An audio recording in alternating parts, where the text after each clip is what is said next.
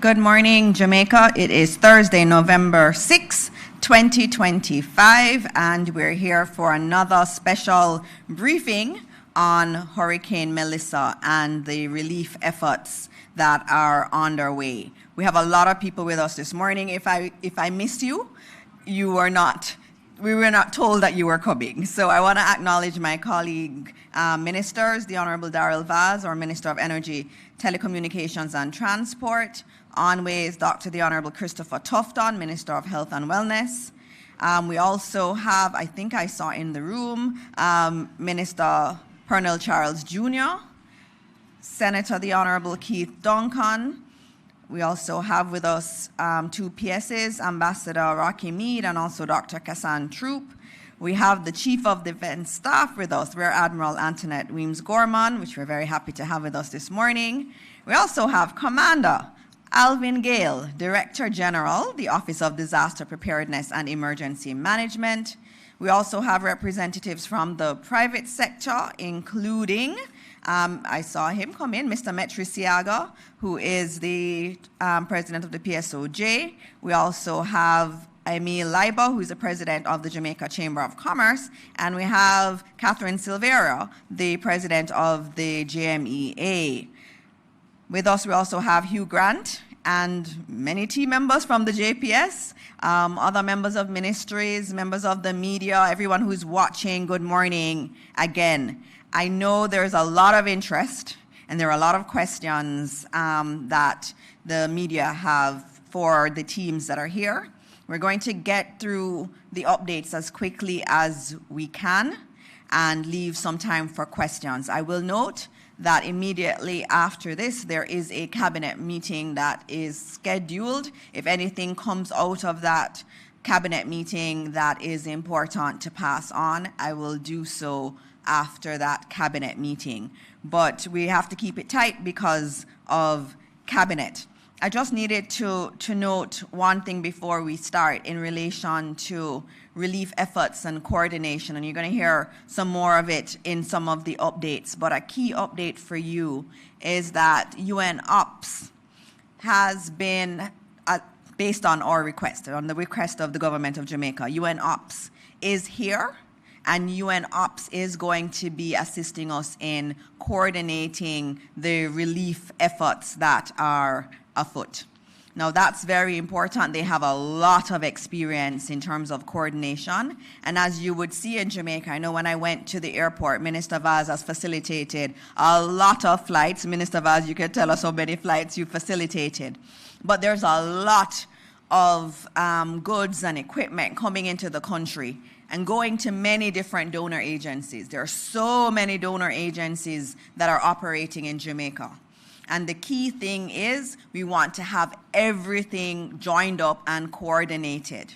And so that's why we're using international experts through UN OPS to assist the country. So the government has invited UN OPS to help us to coordinate not just government, but also the plethora of private donor entities that are operating in the country. The key thing is we want to get goods and food to those who need it. Sometimes you have multiple donor agencies going to the same community.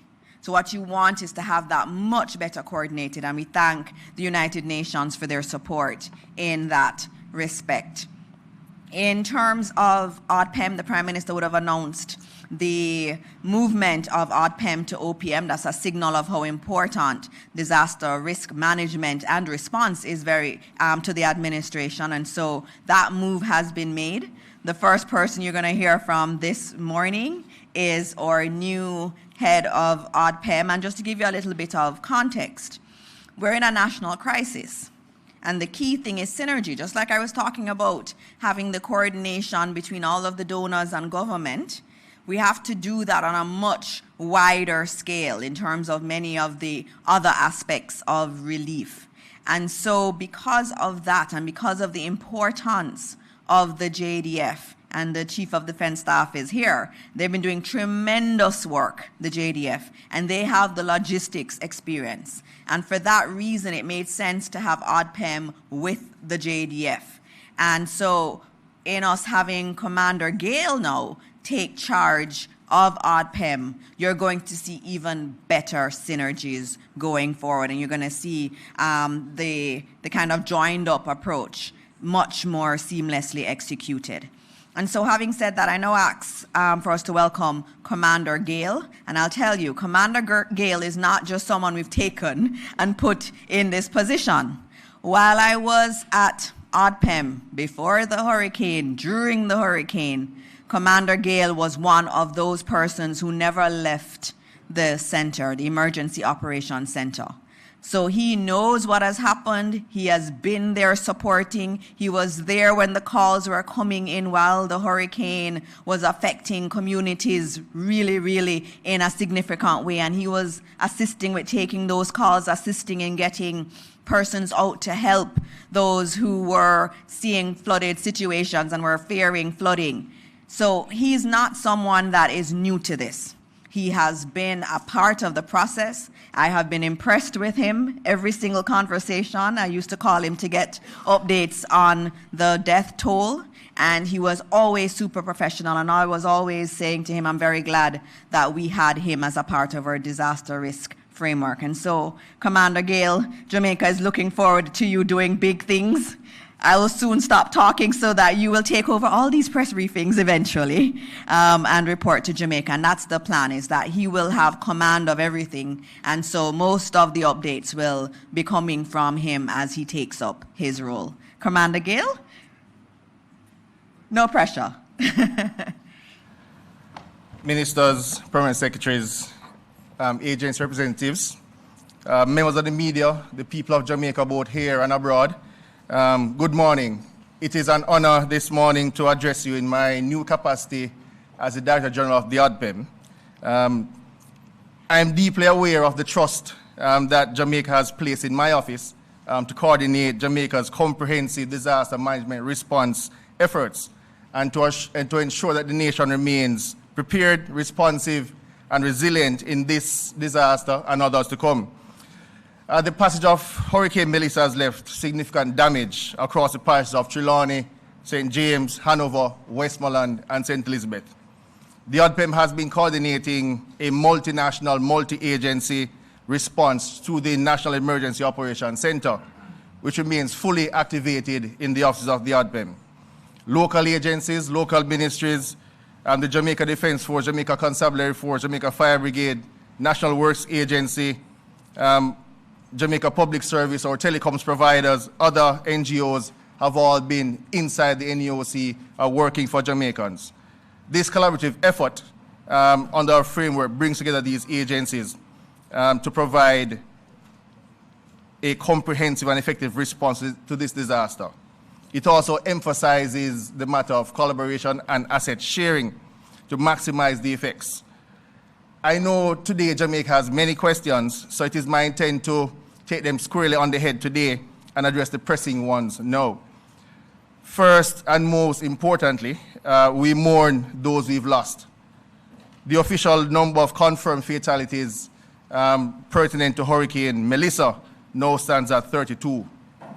Our hearts are with the families and communities grieving those lost, and we are providing necessary support to them during this difficult time. Our initial damage assessment indicates that over some 120,000 buildings in Western Jamaica have lost their roofs. This directly impacts some 90,000 families. We are acutely aware that many communities are still marooned, cut off by flooding and landslides. I can report that through the efforts of the Jamaica Defense Force, the National Works Agency, the Jamaica Fire Brigade, and others, we successfully re-established access to many of these communities. However, as of this morning, there is some indication that some 27 communities remain marooned, primarily in the difficult-to-reach areas of St. Elizabeth, St. James, and Trelawney. The ODPEM, alongside other local agencies, and with the assistance from our international partners, are making every effort to conclude on the initial damage assessment reports, the rapid needs assessment, to determine the full extent of the damage across Jamaica. This will help the government to understand the needs as we prepare to transition to a recovery phase. A number of shelters have been closed as persons are returning to their communities, whilst the data from some shelters is limited due to communication challenges. However, as of 10 p.m. last evening, a total of 184 shelters remain open.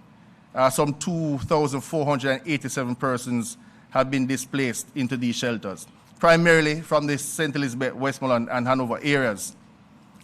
It is our commitment that no one will be forgotten, as the ODPEM is coordinating through the JDF and our international partners, airlift as well as dedicated ground teams to deliver food, water, medical supplies to these locations. We will not stop until every single person who is affected is reached. A massive relief operation is in full swing. If the question on the minds is that, is help coming, the answer is yes. A unified team is carrying out this effort. Through the efforts of the ODPEM, the MLSS, the JDF, over some 36,000 food packages have been delivered. Thousands of hot meals, hygiene kits, tarpaulin, cases of water have been issued throughout the island. And more is coming. Through the JDF, with the support of the Ministry of Labour and Social Security, the private sector, the ODPEM has established under the JDF a large reception, staging, onward movement, and integration operation to transport supplies to the final destination to the people who need it. We continue to clear significant amounts of humanitarian aid supplies at our airports and seaports successfully. International partners are on the ground with our teams. This is also a global effort, and we are deeply grateful to our international partners for the support thus far. As I close, I will indicate that if there's anyone out there who requires assistance or has critical information to share, please contact the ODPEM. Our teams are standing by 24/7 to respond. The ODPEM's National Emergency Operations Center, contact number 876-906-7668, 876-967-1105. Also toll-free access, 888-225-5637. You can also email the ODPEM at neoc@odpem.org.jm. You can also follow us on all our social media pages. In closing, I want to reiterate that the ODPEM is running a 24-hour operation. Every agency of government is in lockstep. The private sector and our international partners are by our side. We are making progress every day in restoring power, telecommunications, water, clearing roads, and delivering aid. As the Director General, my message to you is this.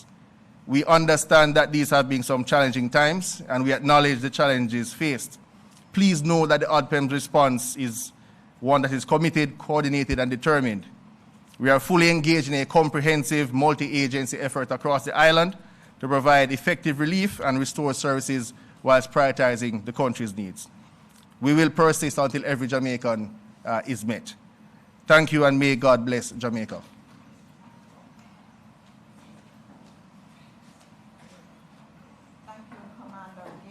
And as I said, you're going to be seeing a lot more of Commander Gayle as he takes over a lot of the coordination efforts. So thank you, Commander. Up next, we're going to have, and as I said, I know the room is really, really super full. We'll try to get seats for everybody who wants seats. We want to get as quickly as possible through the updates. And so, ministers, asking you to help me to make those quick. I know we have cabinet and we need to leave some time for questions from the media. All right, Minister Vaz, everybody looks forward to your updates. And so we're looking forward to your updates. And JPS, I know, will be included in your update. You'll be giving some info on that. And that's another one that a lot of Jamaicans want to know about. Morning to Jamaica, morning to my colleague ministers, permanent secretaries, heads of agencies, head of the JDF, and of course, all others who are in the room here. So, as the country continues to recover from Hurricane Melissa, here are some updates on the most important areas of restoration. Our fuel supply network is stabilizing quickly, with full service resumed at West Indies Petroleum from October 27.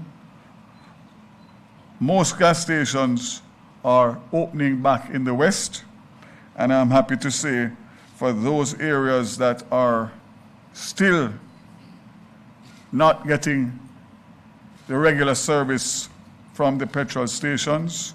On Monday, we have 10 mobile fuel stations that will go out to specific areas guided to me by the JDF and ODPEM that will be able to set up and operate on generators and will also be able to sell kerosene, which is very, very important at this time.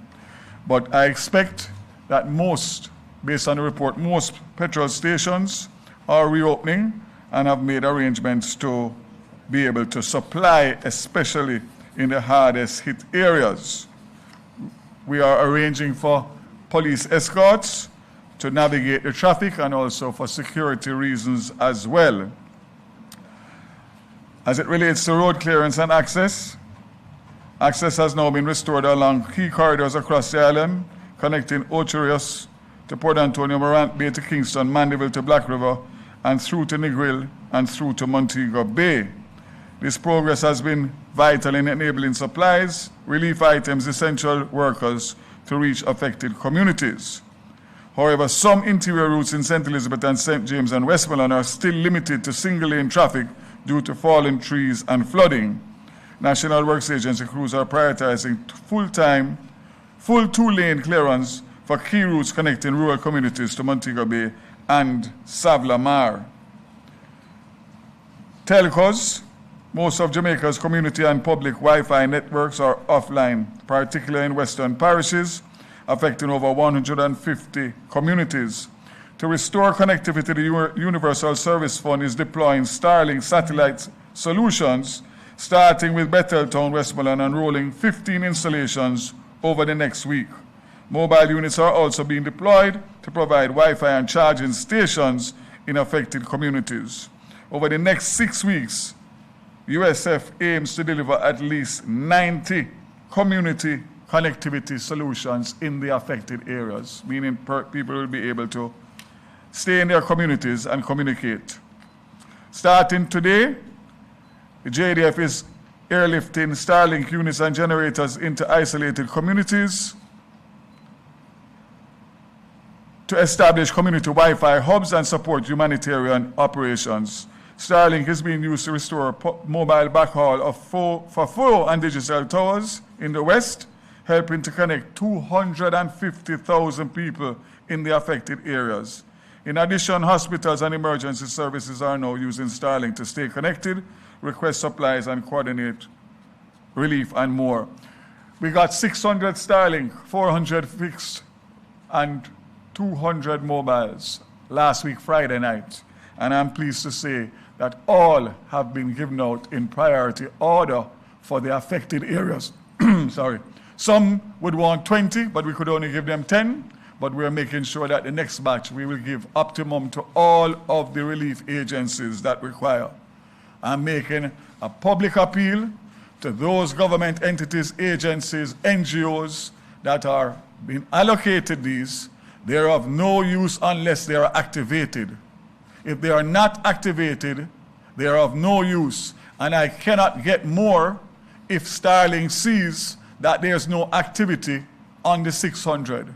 As of yesterday, there was about 30%. So I'm calling on all heads of agencies, permanent secretaries, ministers, NGOs who have received these to please instruct for immediate installation and activation. As of Thursday, November 6th, Flow has restored 80% of pre-hurricane mobile traffic, with priority given to the hardest hit areas and key towns, including Negril, Savlamar, Falmouth, Black River. Efforts are now focused on restoring mobile services in other less affected areas. For fixed internet, 42% of Flow customers are now online, with another 23% able to connect once power is restored. Kingston and St. Andrew has 83% of customers that can already access internet. That's important, Jamaica, because we are the epicenter in Kingston for government and for all sorts of relief. So having full service in Kingston and St. Andrew is very, very useful. Electricity, Mr. Hugh Grant is here. I prefer Jamaica to hear directly from them. as I had committed before. And just to say that I got a brief this morning, which I know he will mention, in relation to the assets that he's having difficulties in getting to Jamaica. I'm sure by now he'd have gotten some calls, and we will get it done. We will get that. You have the assets ready, and we will get a ship, wherever it is, to bring them in the shortest possible time. Transportation, JUTC continues to assist for disaster relief supplies and also for personnel, both government-related and those NGOs who are requesting transportation. We are doing so free of cost. This is a big one now. Airports and ports. At Sangster International Airport, as of November 5th, 2025, 49 flights were staged, including 22 passenger and 27 cargo. For November 6th today, 31 flights are scheduled, all passenger and cargo operations. And at Norman Manley International Airport, as you know, operations have resumed, and on November 5th, 48 flights operated, including passenger, cargo, and military and private flights, with 42 flights scheduled for November 6th. Importantly, no scheduled flights have been cancelled at both airports in recent times. The Port of Kingston has fully reopened. Kingston Wharves provided 10,000 square foot of warehouse for the JDF for humanitarian aid, and of course, free port services for relief vessels and discounted handling for relief cargo to speed up deliveries to the west. All major harbors across Jamaica have now been safely reopened, with Kingston Harbour was the first to resume operations on October 29th, followed by Montego Bay, Portland Bight, Rocky Point on October 31st, Rio Bueno and Discovery Bay on November 1st, while Ocho Rios, Falmouth and Port Antonio resumed on November 3rd. The toll remains open, and that is a situation that I have evaluated very carefully. The Fern Gully, which is the only other access outside of the junction St. Mary, which is not an option, is still single-lane traffic and has severe flooding issues. Therefore, it is important that the aid that's going to St. Anne, Trelawney, Montego Bay, Hanover have access to a good road network. I will announce in due course when the toll will be reinstated. As for east-west, which is going towards Manchester, down into St. Elizabeth, down into Westmoreland, that is where a lot of the relief operations are taking place by road, and therefore it is the position of the government that we must facilitate that to be able to get quick and speedy recovery.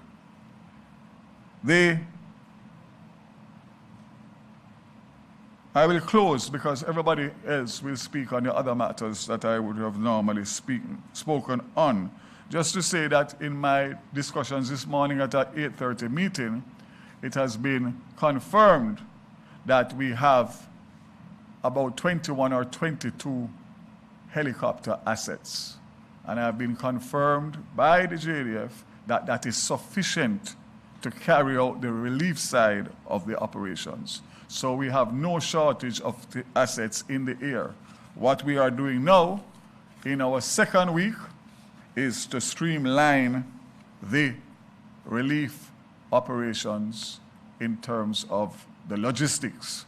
And we had an excellent meeting this morning that will continue. Private sector is working tirelessly with the government, international agencies. I'm sure that you will hear from ODPEM, obviously, on some changes that have been made, not only in management, but in also systems and structures. And to say that I'm very happy to see former UK High Commissioner Asif Ahmad here, who has come this morning in his Jamaica tie to help and work with the private sector and ODPEM to give us some of his well-needed experience. Congratulations on the appointment, sir, and I look forward to working closely with you in the days, weeks, and years, months, and years to come to rebuild Jamaica bigger and better. God bless Jamaica. Thank you, Minister. Is it a long update? 3 minutes. Okay, I will time you. Mr. Grant, 3 minutes. Everybody wants to know when they are going to get back electricity. And I know this is earlier. In the last press briefing, we said he'd come back in 1 week time, but Minister Vaz has invited him earlier. Okay, thanks. I'll be very, very, very brief. Good morning to all ministers present, partners, members of the media, and to you, Jamaica. I had some images I wanted to show of the damage. Is it able to get that up? But we'll just keep moving in the interest of time.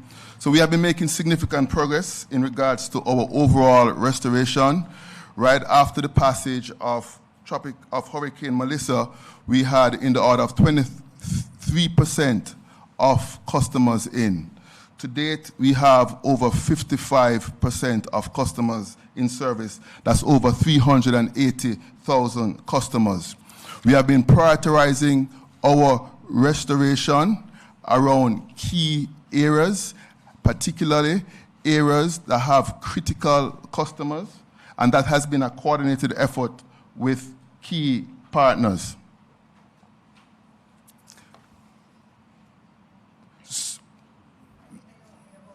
Okay, got it. Thank you.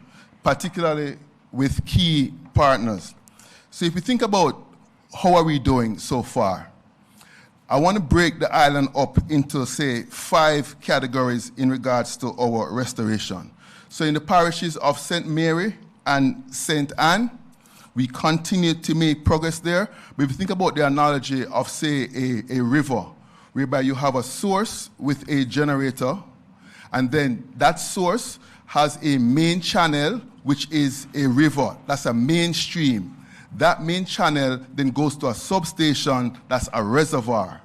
That reservoir then goes ahead and feeds streams and creeks. Those are the distribution lines that you see on the road, and then those streams and creeks then goes ahead and feed your home.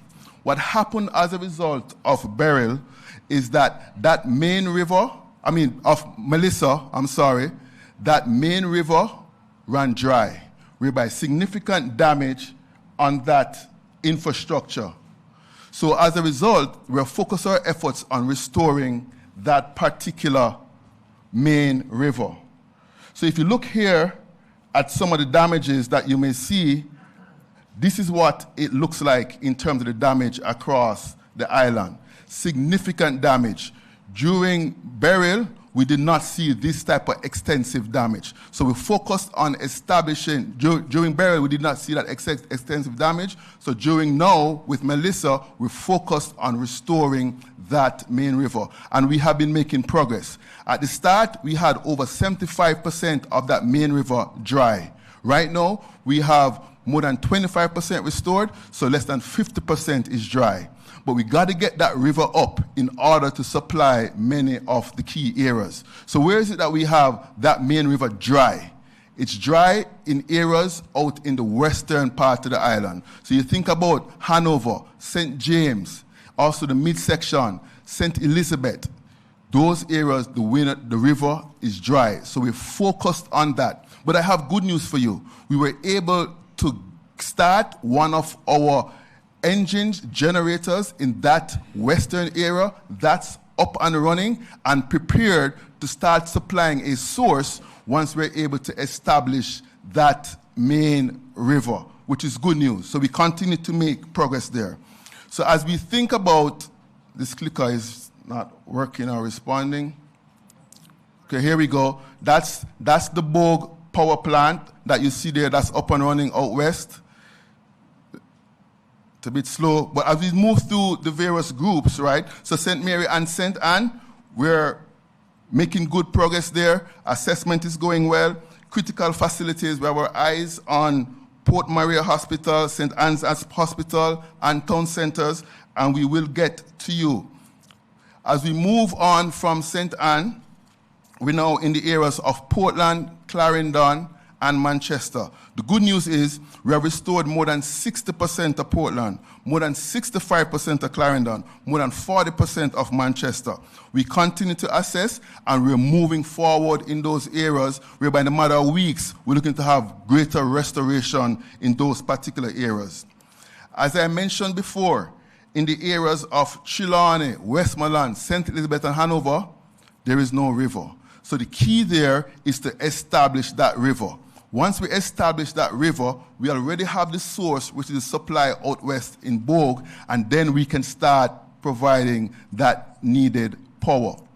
We currently operate in the island in 2 separate systems, one out west and one out east, in order to facilitate more timely restoration as we go ahead and as we move forward.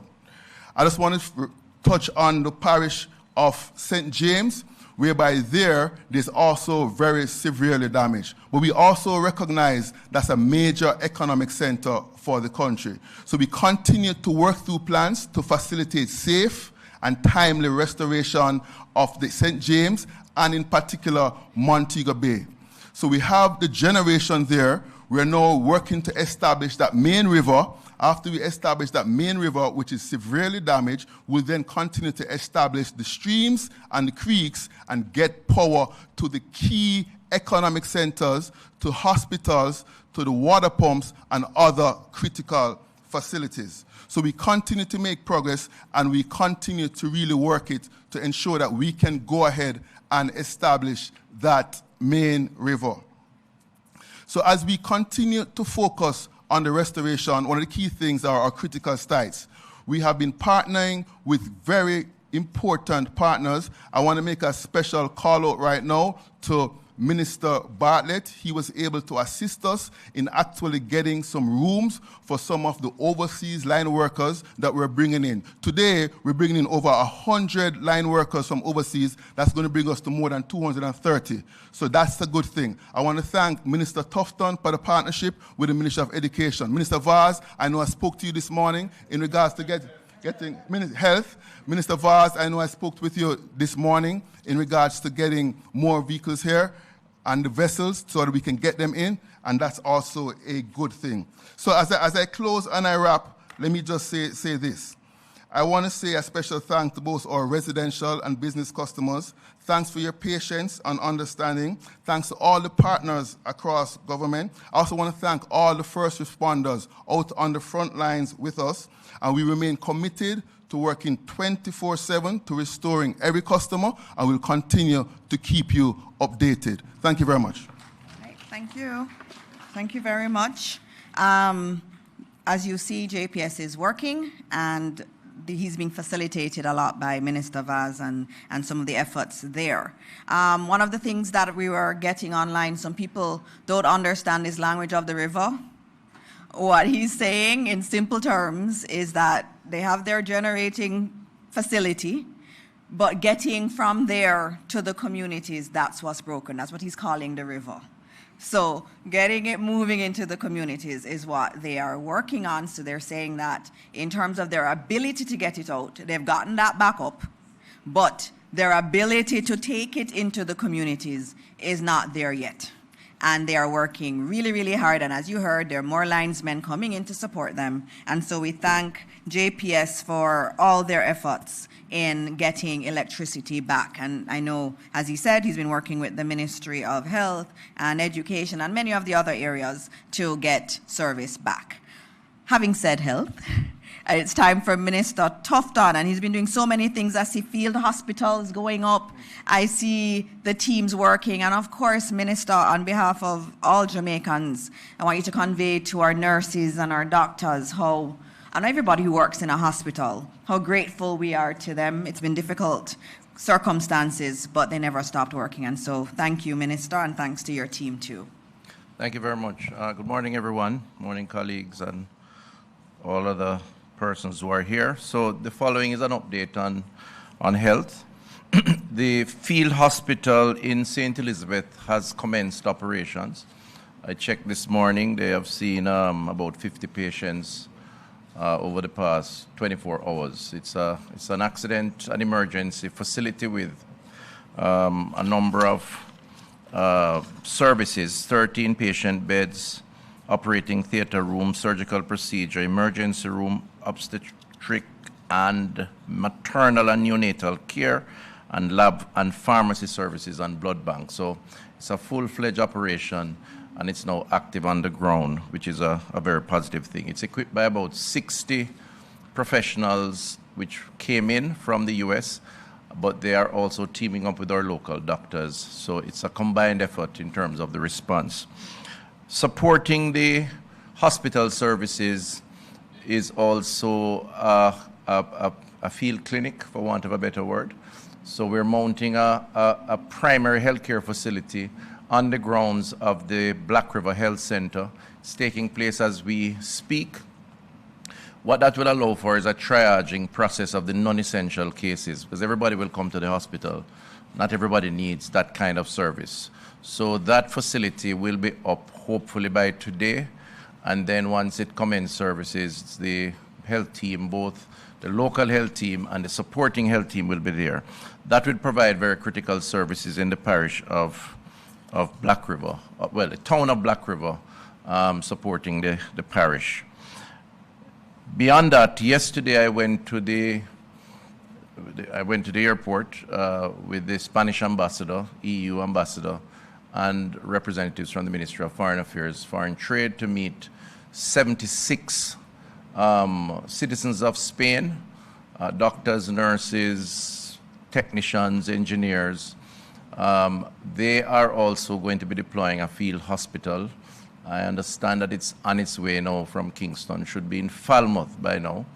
And we're hoping over the next couple of days, a second full-fledged field hospital will be mounted in Falmouth with all the services of emergency care, surgery, pediatrics, traumatology, physiotherapy, psychology, general anesthetic services, radiology services, lab pharmacy, sterilization, and so on. So a full-fledged facility, the second field hospital.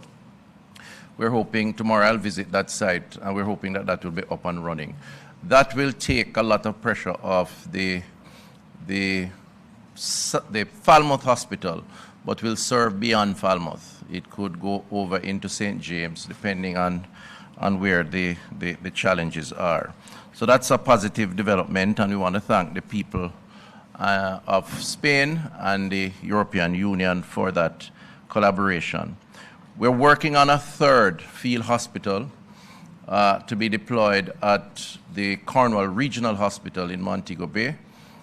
This one is a discussion which I'm told is close to finalization with the people and government of Barbados, which will be flown into the island hopefully sometime soon. That will also come with all the things that I've just described for the previous ones, and that will provide critical support for the Cornwall regional operation and the people in St. James. And I will provide more details on that once we get those details. The Sablamar Hospital is continuing its emergency support services. We have one post that is mounted there by a medical team, a NGO. They have gotten their certification and they will start operating this morning. And again, they will provide critical support for triaging of patients who don't require emergency care. We're looking at the possibility of expanding the services at the Sablamar Hospital. Some discussions are taking place, but too early to make any definitive statement. As far as White House in Westmoreland is concerned, the eastern side of the parish, which was ravaged by the hurricane, we are working with Samaritan's Purse to locate a tier 1, for better understanding, a field health center at that location from where we will operate to go into the hills and give support from that base. We are exploring the possibility of a field hospital between White House and Belmont, and some conversations are taking place with some possible partners to see if that is possible. So it wouldn't be located at a hospital site as the others are being located.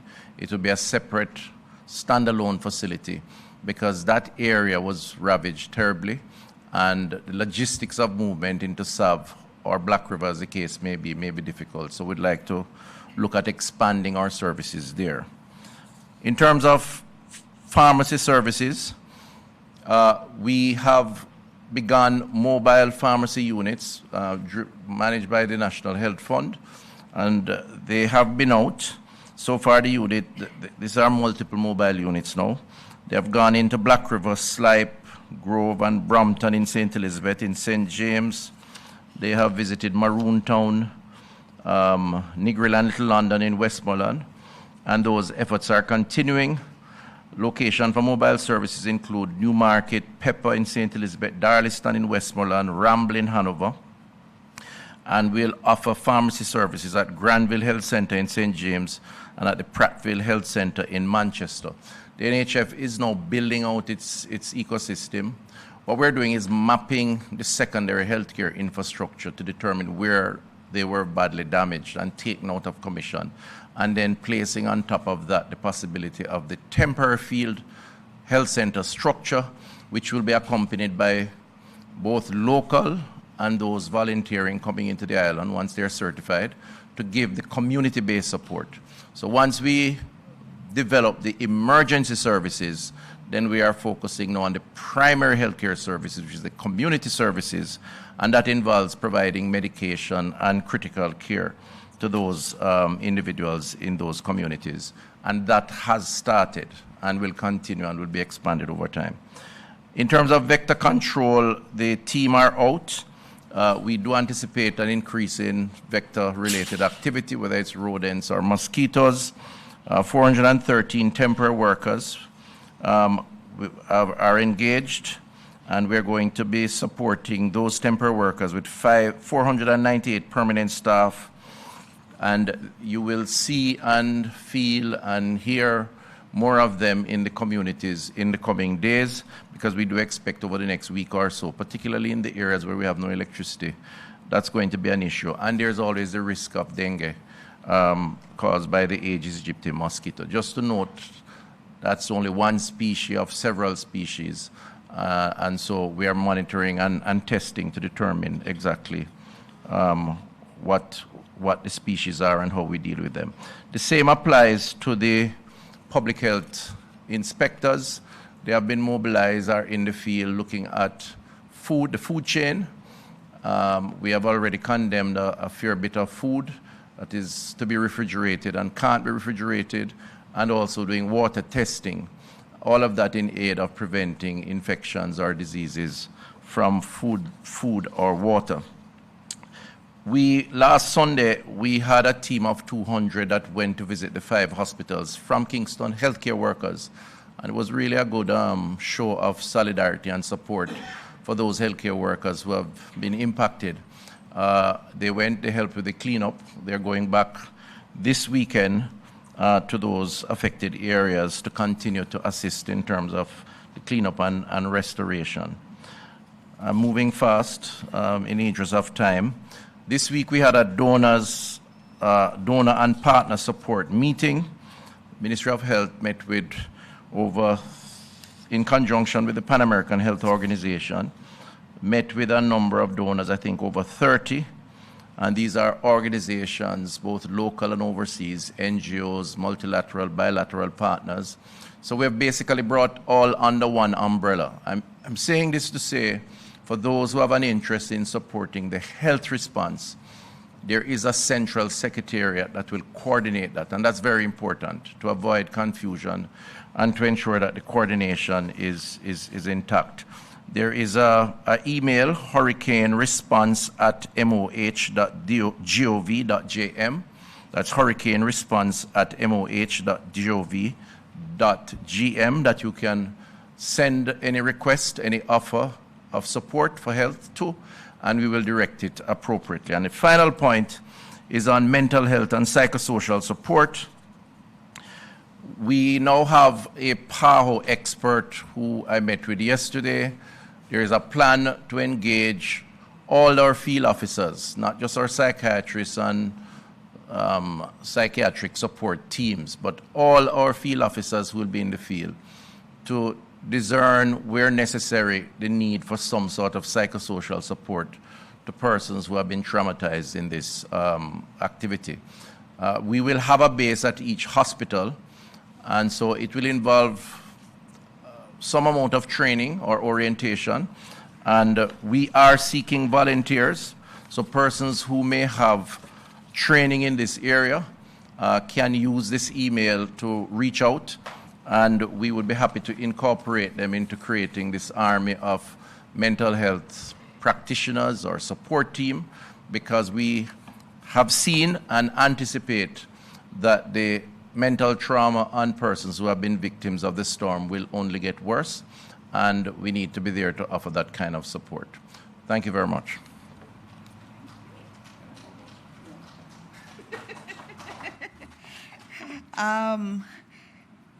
Minister wanted to know if you can go to cabinet now and leave me. No, you're gonna go over with me, but if you have to go, you can go. We do have one more presentation this morning, and just note, we have other ministers who are here, other individuals are here that can take questions. If you're here, it means you can take a question.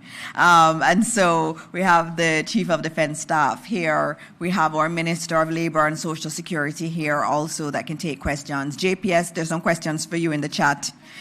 They want some timelines, so I'm giving you a precursor to the question that's in the chat rooms. And so now we have a man who has agreed to not just be senator, but also to help the private sector to work more closely with government, and that's very important.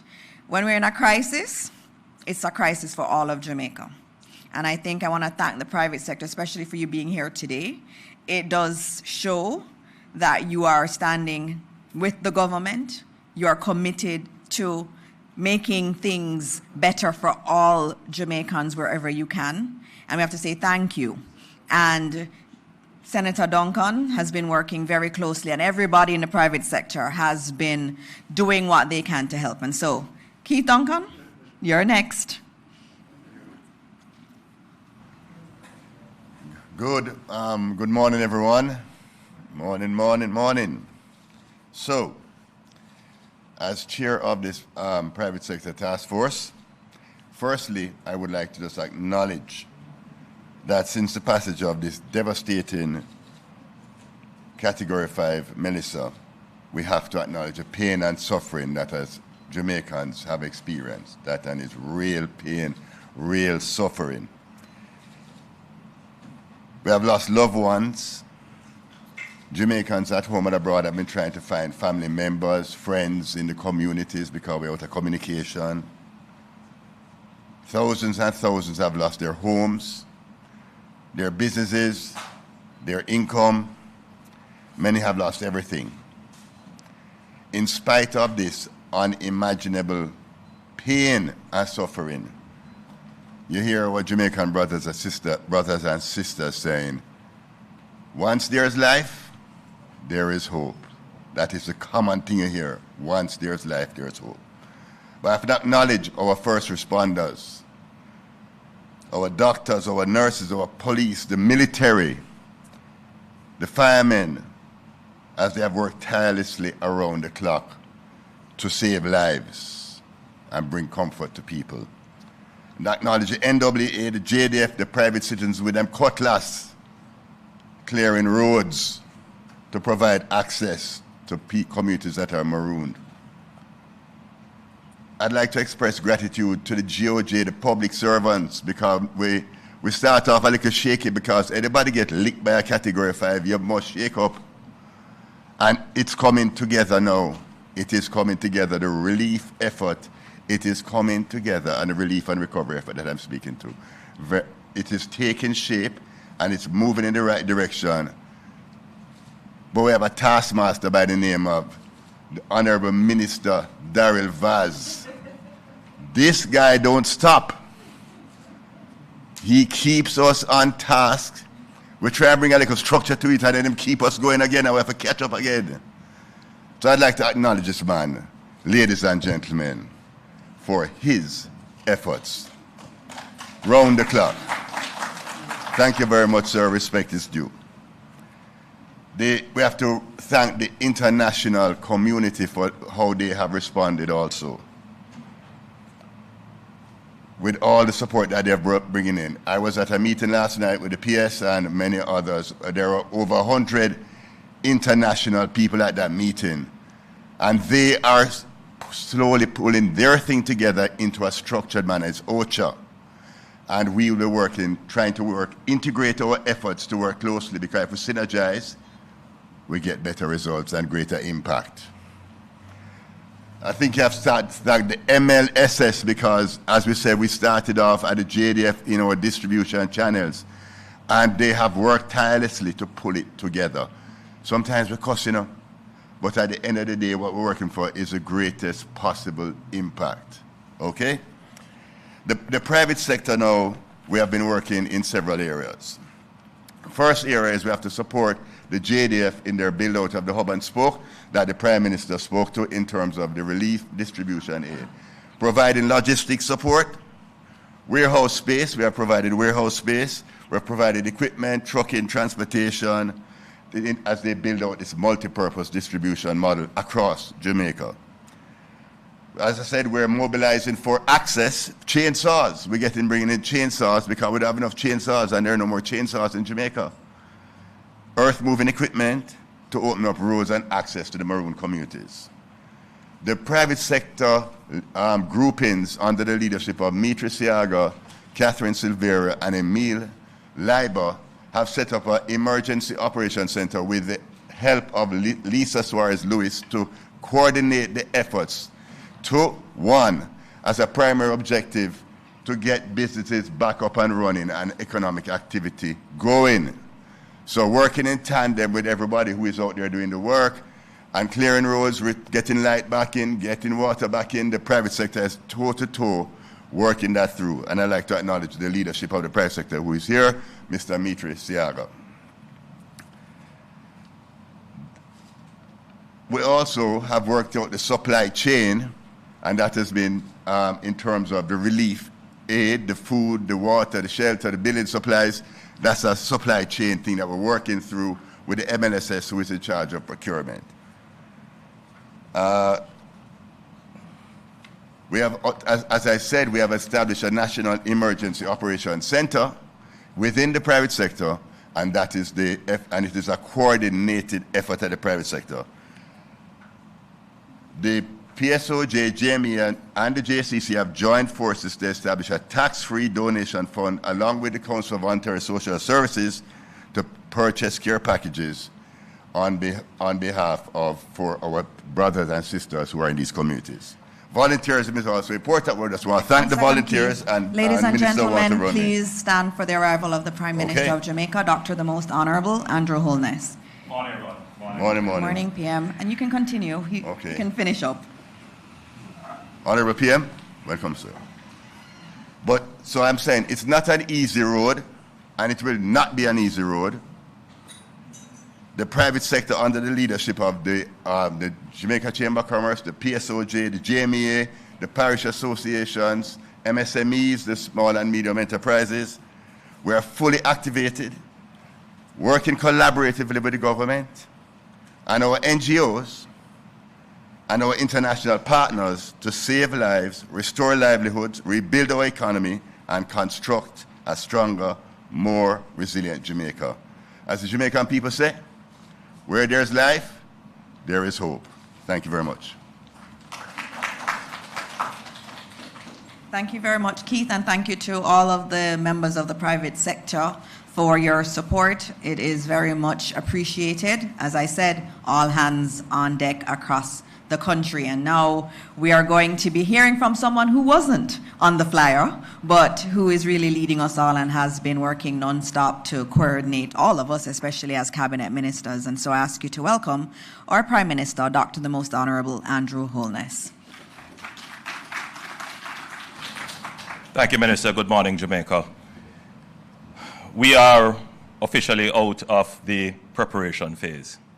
We have done well in the preparation phase. But even the best laid plans would be laid to waste in a Category 5 hurricane. It's as if you have gotten a knockout blow and you are trying to reconstitute, get yourself up off the mat to say, what do I do next? And that was kind of like the impact of Hurricane Melissa. So in the initial phases of the relief phase, it was almost as if it were a scramble. What is the relief phase? The relief phase is that period of time when the authorities of the government, the civil society, private sector, and others seek to mobilize relief for those who are most impacted. What is that kind of relief we're talking about? Food, water, medicine, clothing, emergency shelter, and services, medical services, search and rescue, or in most cases now, search and recovery of bodies. Other services as well, psychological and emotional, the mental health services. And in our case, the desperate effort to restore some form of connectivity. Because the loss of connection has also been significant, which adds to the emotional and mental health crisis that we face. Persons trying to get in touch with loved ones, persons feeling disconnected who have, for almost all their lives, relied upon being able to pick up the phone and call a loved one. So in the initial few days, there was a scramble. And that scramble essentially was, my hand is up, I need help, and the system trying to respond to the loudest voices or the most frantic wave of hands. As of today, we are out of that phase. Now, a systematic response will take over in the relief effort. And you would see that the government has made certain actions to ensure that there is a systematic response. Let me say it in another way. I hear the cry of every baby that is now hungry in a community that is not yet reached. It goes to bed with me. And I have to think of it in this way. Do I try myself to jump on a helicopter with a package to reach the baby that is crying? Or do I try to develop a system to get more helicopters in, to get more packages put together, to get more supplies in, to get more support to be able to reach those babies that are crying? While at the same time saying to Keith and Daryl and Minister Tufton, get out there in the scramble. And so that is what you have been seeing. People individually going out there trying to relieve the human suffering. But that is not a sustainable response. The sustainable response is what you would see the government doing now. One, we have to streamline ODPEM, both as the Office of Disaster Preparedness, which that function was done, that phase is over, and now we are in the phase of the emergency management, which is the relief. Now, let's just be clear. The government can't stand up ODPEM with its own parallel structure of having all the people that would be necessary to pack the relief items, to load the trucks, to move the trucks to where they have to be stored, to clear the roads, all those little minor functions that make the big service works, and keep them and pay them throughout the year for every year, even when there is no disaster. Where that capability exists is in the JDF. It is a multifunctional capability. And so we have to, and at this point, I do commend the JDF and of course the JCF as well. The JDF is the repository of the logistics and engineering capabilities of the government. And in hindsight, as I reflect on how we have executed policy, not many Jamaicans would know this, but in the last 10 years of my administration, we have invested heavily in the JDF. In fact, we have doubled the size of the JDF, both in terms of men and women, material, equipment, and technology. We made an investment a few years ago in expanding our fleet of helicopters, expanding our offshore patrol vessels, expanding our radars, expanding our communications, increasing the number of bushmasters, and expanding the number of units that are in the JDF. Today, it is paying off. The logistical capability of the JDF is certainly best in class in the region.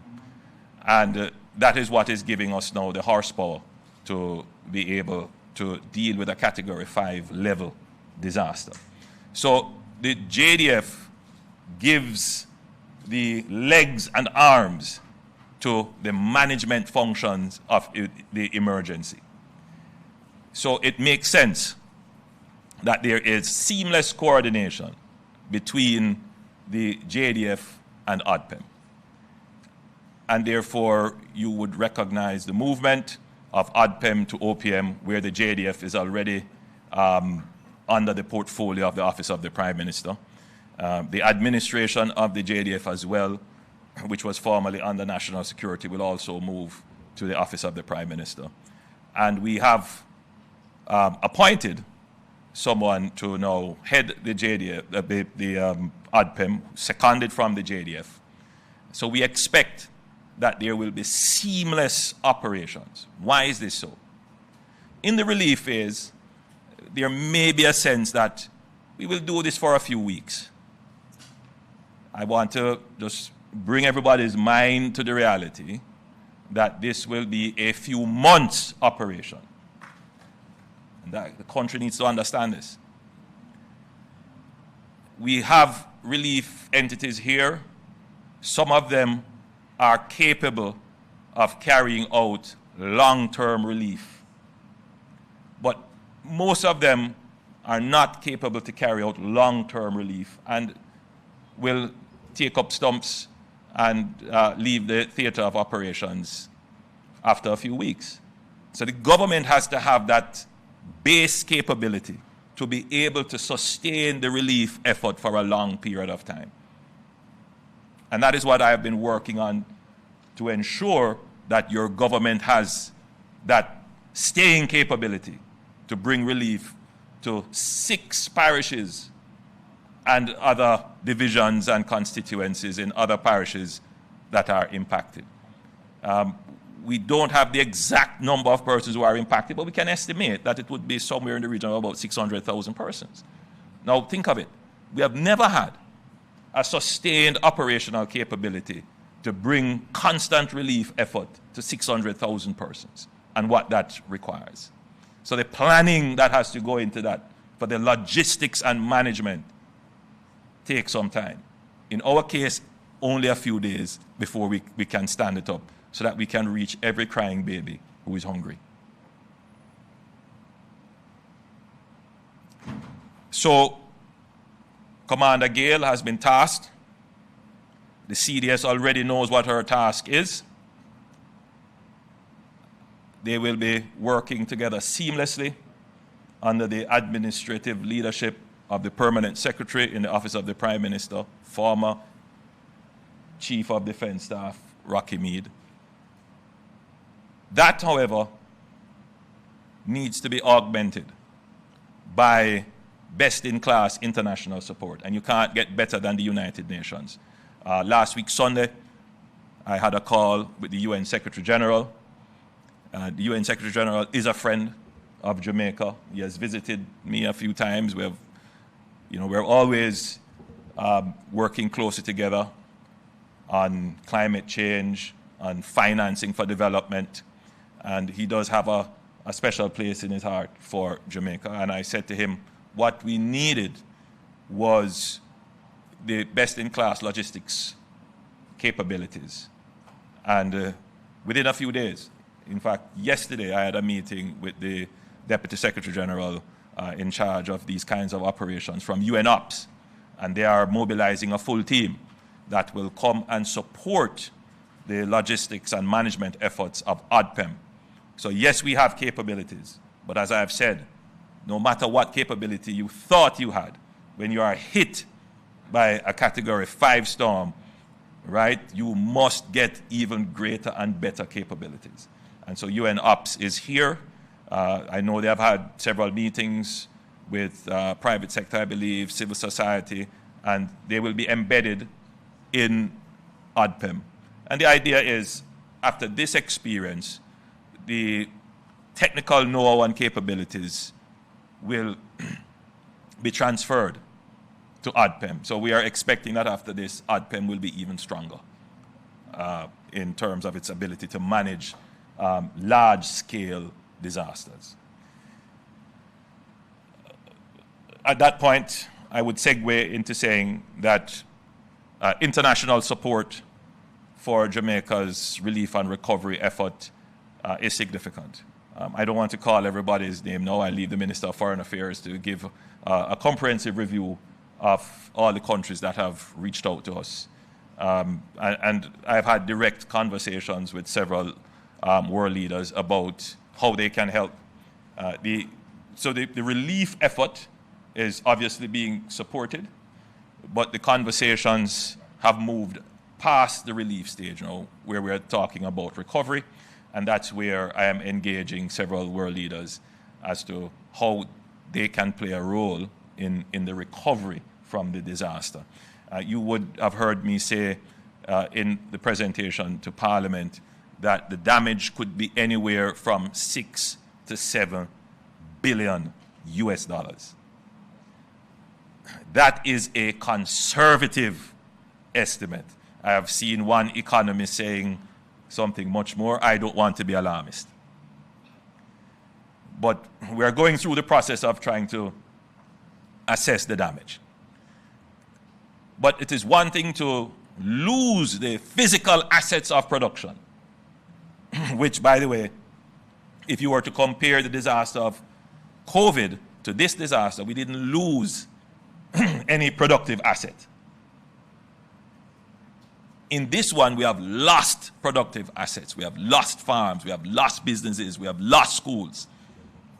And we have to go and rebuild them. You have to put on top of that what it is going to cost to sustain the relief phase. What it's going to cost us for debris management. Major part of the operations. What it is going to cost us to sustain the food packages. There's a notion that we're getting a lot of aid and that will carry you through. That will carry you for a couple of weeks, if so many. We are going to have to put the budgetary allocation to carry the relief effort, and that is going to be significant. Then there is the cleanup operation, which is a quite separate operation from debris management. Because once you move away the debris that is the initial debris from the storm, then now you have to go and figure out to clear roads, to move all the debris of houses that have been blown down, and everybody will soon start putting their old beds and couches and old fridge and everything you're going to see start to pile up. So which is why we have indicated that we will have a national cleanup week. It might very well stretch into months because the level of debris is significant. And how that is going to be disposed of and the cost of that, that is something we will have to address. And then we have to figure out now the parallel systems to get people back into school, to get hospitals up and running, to get businesses running. All of those come with a cost that we will have to foot. So in addition to losing your productive capacity, you now have to take on expenditure that you did not budget for. So the 6 to 7 or $8 billion, that's just what we have lost. What we have to spend additionally, we are in that process now of totaling it up to see what it comes. Then the recovery phase. All of that. So I want Jamaicans to understand the magnitude of the problem. Why am I saying this? How you feel will largely guide how you act. And there are a lot of people out there who are deliberately creating misinformation. And my job is to give you the correct information. If you choose not to listen to it, that's your business. but at least the correct information must be out there. I've seen someone say, Prime Minister don't like criticism. Nonsense. Not every opinion makes sense.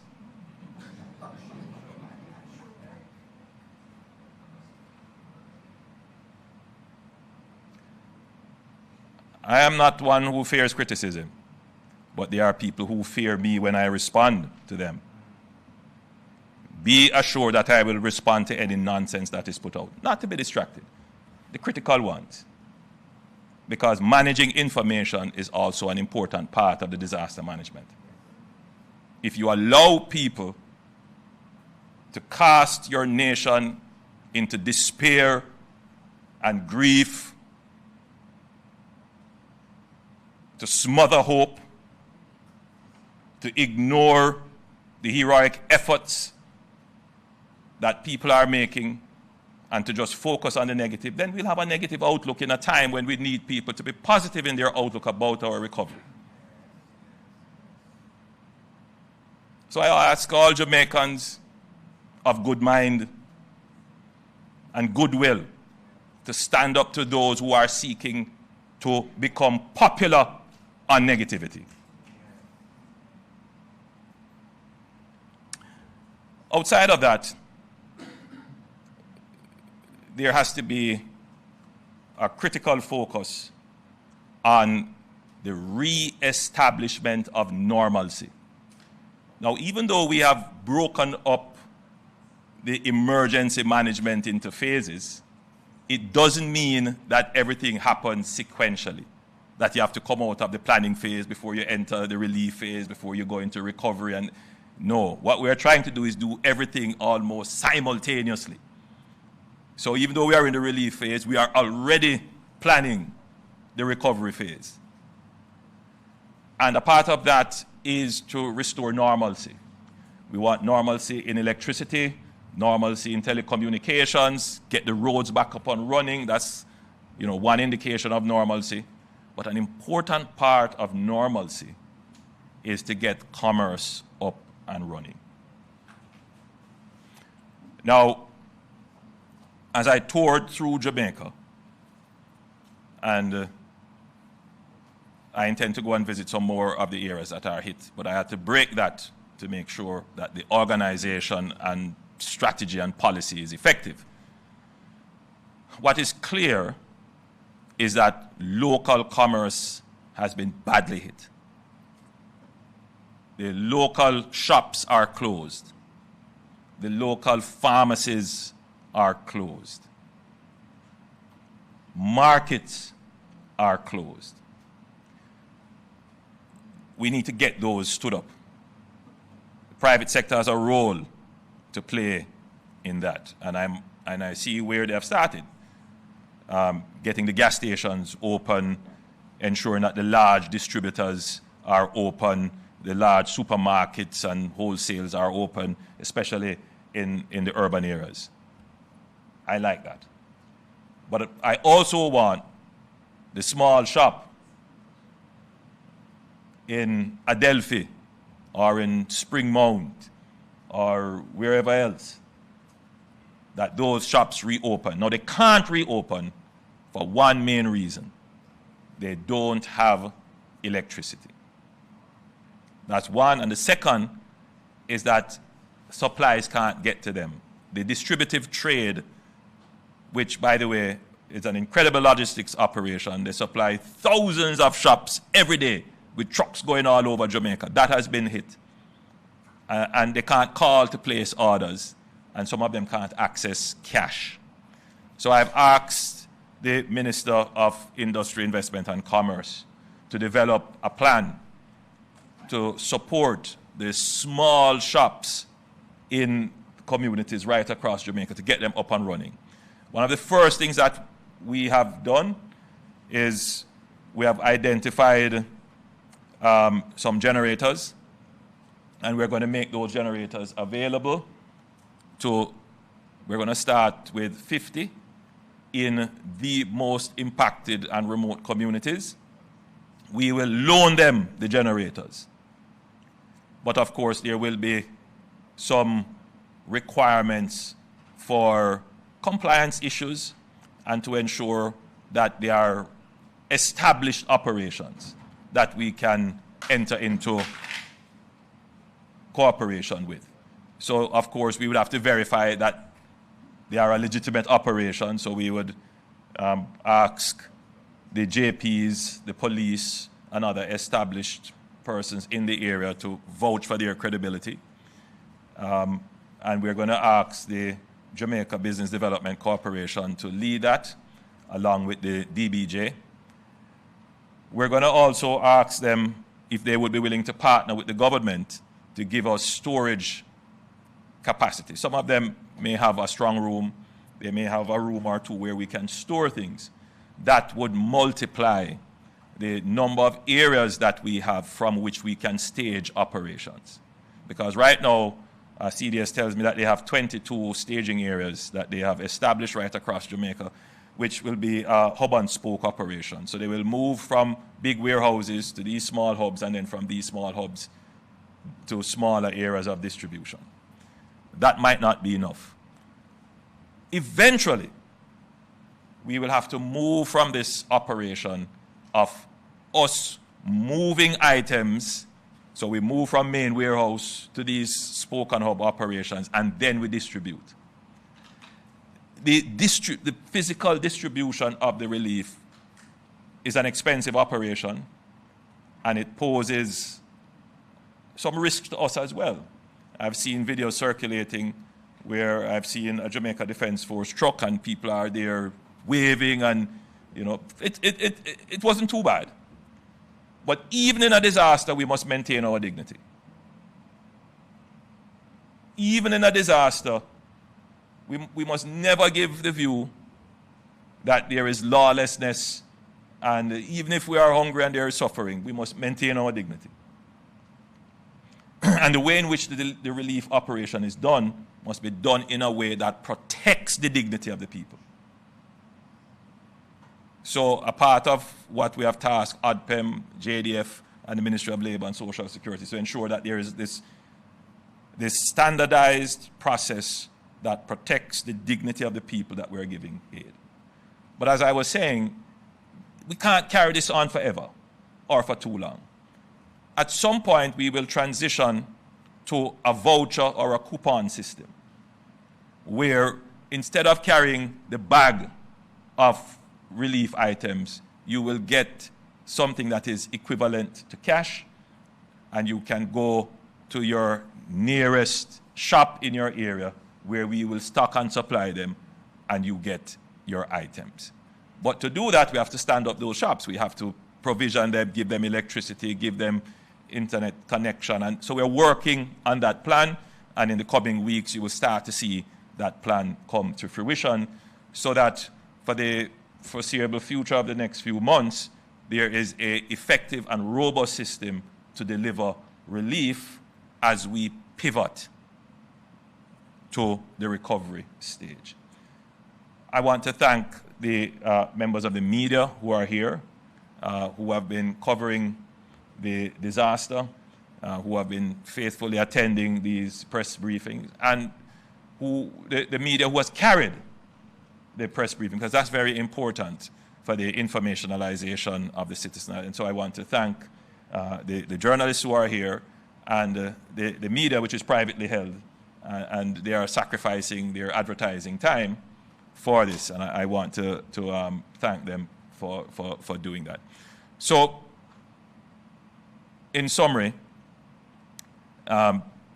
there's no question that the initial relief phase started off a bit slowly, but I did some research this morning looking at the initial relief efforts for COVID, not for COVID. COVID was quickly, but for Katrina, for other major storms in the region, and Jamaica has done well.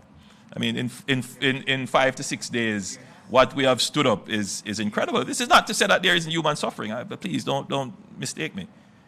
But if you compare to Puerto Rico, to Antigua, to Dominica, and to the United States, which has had several major, that we have done is incredible. So as of today, the communities that we have not reached yet, the persons who are sending me messages to say, hey, I haven't gotten, the system will now respond and will respond quickly to get into those communities. So at the time of my next update, I should be able to say of the how many ever number of communities affected, this is the percentage that we reach. The target now is to get at least initial welfare and humanitarian response to every single Jamaican who has not yet gotten attention. Thank you for your attention, ladies and gentlemen.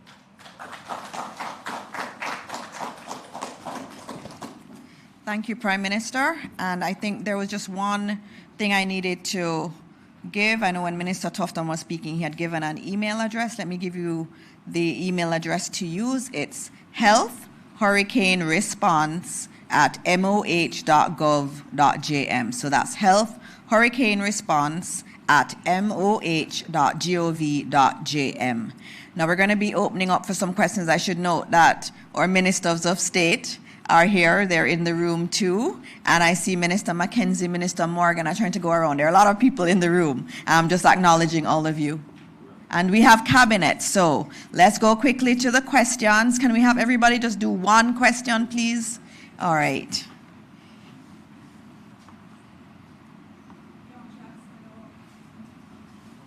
Mike. Dion Jacksmiller, TVJ. The changes that were announced to ODPEM seem designed to allow ODPEM to do exactly what it was set up to do, which is lead effectively from the front. But what we've seen over the years is an organization that seems to have been weakened, no permanent head appointed for an extended period of time, and ODPEM publicly sidelined during periods of disaster. So aren't the changes, even taking into account the excellent capabilities of the JDF, haven't these changes been made necessary because the office has been so weakened? Okay, PM is going to answer. I was going to answer too. You know, ODPEM over many years developed a sterling reputation for disaster, preparedness and emergency management, and several of the heads of ODPEM have gone on to play leading roles in the Caribbean. There is no denying that over time, that capability and prominence was not as it was in previous times. There are several factors that contribute to that. One of them would be the level at which the executive leadership was remunerated. In other words, you know, for a job such as what is the task of ODPEM, the salaries did not keep pace because just from a competitive point of view, if you want the best people, you have to pay well, and the best people are being competed for with other entities all over the place. So Jamaicans who have the capabilities are being pulled all over. And so we, even now as we speak, ODPEM is still in this process of the compensation review. And that, in a sense, is probably the main issue. We have had several disasters before, and you know, so if you were to say, how would you judge ODPEM in preparation, in standing up the preparation for disasters? I think you would say that the preparation for disasters went well. So even with not having necessarily the strongest executive leadership, we were still able to mount a credible preparation. During COVID, which was a kind of different disaster than what ODPEM would have been used to, ODPEM did not necessarily feature so much in the preparations, but they did come in and work very well in the emergency management, and not much credit has been given to ODPEM in ensuring that our BPO sector and some other business and commercial operations were able to operate. They set standards, they went in and inspected, they gave advice, they gave directions as to how businesses should be structured. That is not as forward-facing and recognized, but they did an extremely good job during that period of time. Granted, in COVID, it would have been the Ministry of Health that would have taken over most, for good reason, of the emergency management. In the other storms that we have had, the impact clearly is of no magnitude like this. The last one that we had, which was Beryl, exposed some weaknesses. And the government, therefore, took the actions of, one, doing a review. And persons were wondering, why am I doing a review? Everything you go do review. Some comments that I have seen. Yes, very important, because as your question would say, you know, does ODPEM have the capability to respond to a disaster like this? And I saw some weaknesses. I saw some gaps. I saw some spaces that need to be filled. But I am not the technical expert. So I asked someone who is an expert in this field, former Chief of Defense Staff, now Ambassador, to lead a team to review not just ODPEM, but the entire emergency response management of the government. And that report was very useful to us in what we need to do to make ODPEM the emergency management entity that can respond to a Category 5. ODPEM has never responded to a Category 5 disaster. And that's an important point to make. This is not a normal hurricane. So you can't judge the response of the government by virtue of what it has done in the past. This is a new level of disaster. And we need to empower, structure, support, provide the resources, and encourage and acknowledge the efforts of the persons who are now on the front line of Jamaica's response to the disaster. Thank you for the question. All right, we have, I think it's coming down the line here. Oh, okay, all righty, on this side. Thank you. Karen Madden, the Jamaica Gleaner. I do not see the Minister of National Security. Mm-hmm. Perhaps you have been briefed, or perhaps the Prime Minister.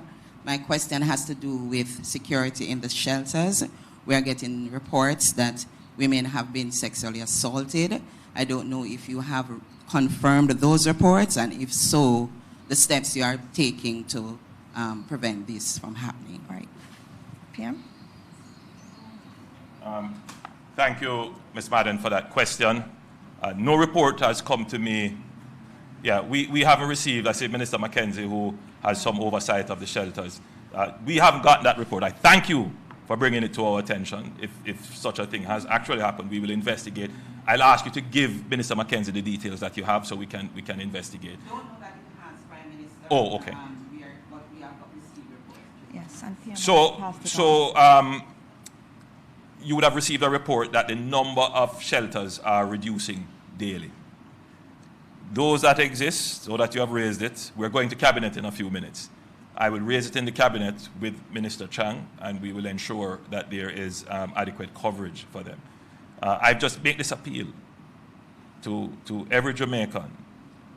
Yes, it's a difficult time. Yes, there is disaster all around. But now is not the time to take advantage of persons weaker than yourself. Now is the time to help and support and to show that you are a real man. Not by holding up people at gunpoint and taking away the relief that they are bringing. Try helping them through the obstacles to deliver the relief. That is how you're going to get respect today. There is no respect that you're going to get from brandishing your gun. And let it be clear, the police have not let up on their operations.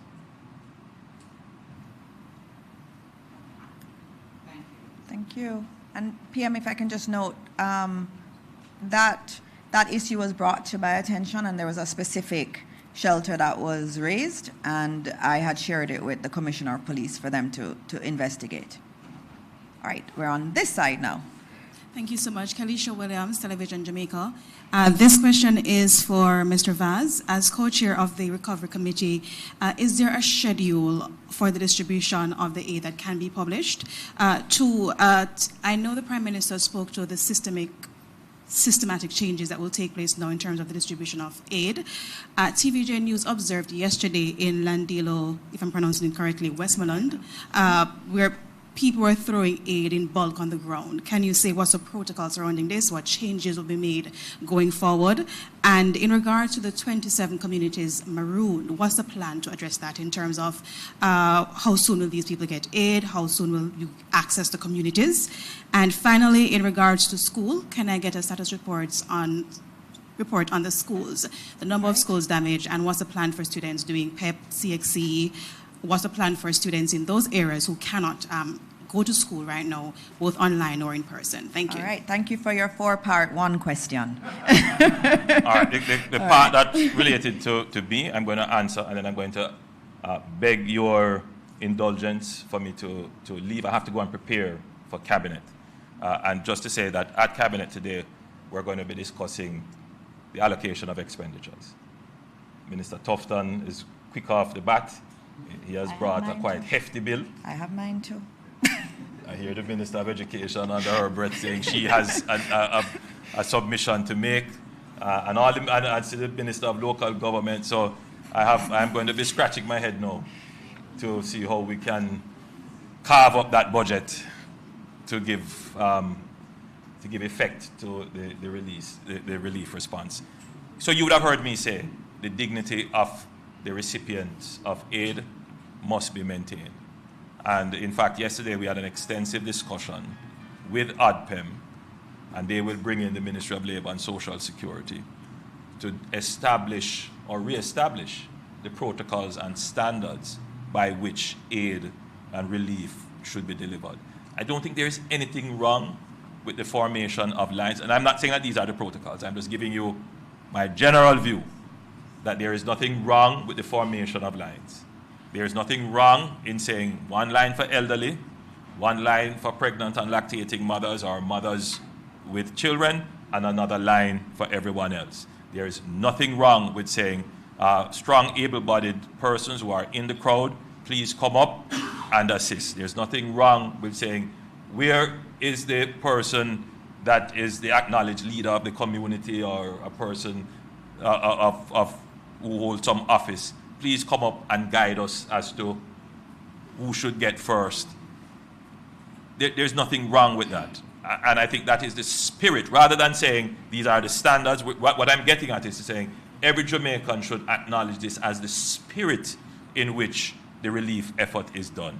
Now, Commander Gayle and Chief of Defense Staff Williams Gorman and Minister of Labor and Social Security Pernell Charles, they will come together and reinforce the protocols so that when the aid is being delivered, Jamaica doesn't look like, let me not go any further. We want Jamaica to look good. We need to. I'll answer. Thank you, PM. I'll answer on the education one, which was around how many schools have been impacted. In the affected parishes, we have a little bit over 450 that have been affected, and that's across the board: infant schools, primary schools, secondary schools, and also 8 tertiary schools. So far, we've seen estimates of 616 institutions having some kind of damage. Sometimes it's just a leak. Sometimes it ranges from a leak to the entire school being destroyed. And so what we're doing, we have our teams out there. We have an initial cost, which is humongous, and so we're going to be trying to confirm that on the ground. The ministry team is already out there. The senior team will be out there. Our state minister and our parliamentary secretary will be going out too to get more assessments. So we expect that by next week we'll have a bigger picture, a clearer picture of what is happening with the schools. But almost every school got some amount of damage. All right, did we leave out any? Which one did we leave out? In terms of the list, a schedule for the distribution of aid that can be published. All right, Commander Gayle is going to answer that one. More again, also, as it concerns the list, we are tracking a list. I believe you had asked if we'll publish it. So we are publishing that now within a very select group, so we can manage how the information is flowing, particularly because the conditions remain significantly dynamic. We have the JDF, the Jamaica, the JCF. We have other groups working towards the areas. We need to establish, for example, landing sites for the helicopters and so on. So the list remains fairly dynamic.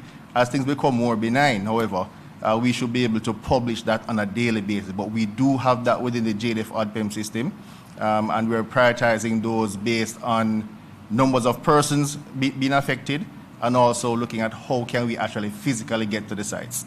And so that's how we are structured now. And as I said before, it's an all-of-government approach. So we have persons on the ground, food for the poor, some of our, Samaritans, PERS, and etc., which are doing things for us. So we are able to push through. Wherever we can, we will get into. And the plans for the 27 maroon communities, how soon do you think you can get access to these areas? So we're out flying now. We do have several urban SAR groups on the ground working with the JDF and the fire brigade. So we are pressing every day to get that number down. As you can understand, the terrain is fairly arduous now. There's some flooding, there are some gaps which are to be bridged. We are pressing through that. I don't want to derail upon a commitment now, but we should expect at least on a daily basis, we should see 1 or 2 communities going down. What I'll also say is that as the weather conditions come in, so we would have added 1 more community this morning due to rainfall last night. It became marooned again because of flooding.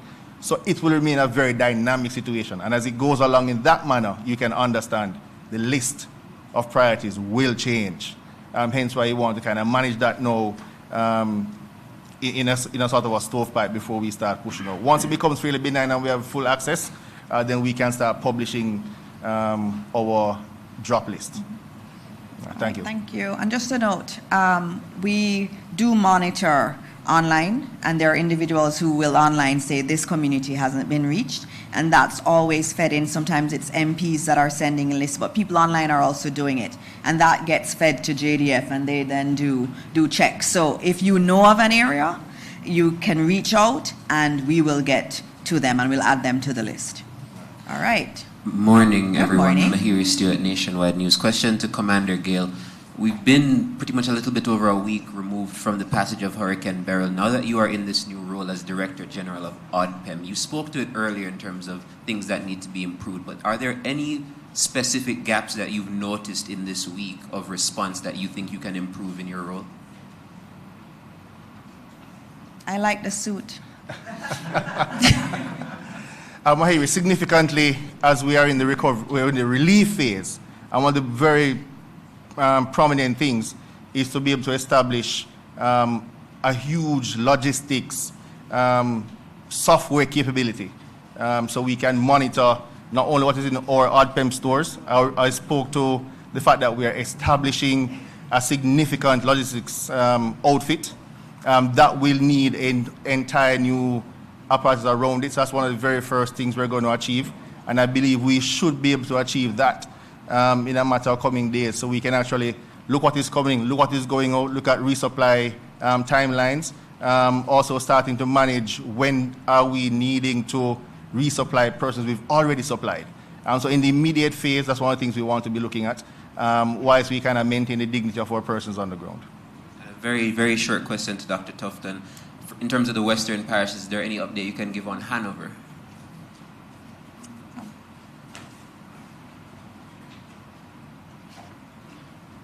Yes, so the Noel Holmes Hospital in Hanover is functional. The A&E department was not impacted. The dietary maternity ward and the male and female ward had roof damage. And we had to do a makeshift arrangement for ward space in the passageway. The estimates have been done, and the idea is to address that facility. It's a small hospital compared to the others. The population is less. About half of the health centers in the parish have been damaged, and that assessment is being done. So the team is working. I've been there twice, and they're managing for the time being. All right. Thank you, Minister. All right, Zara. Zara Burton, 18 Degrees North. Good morning.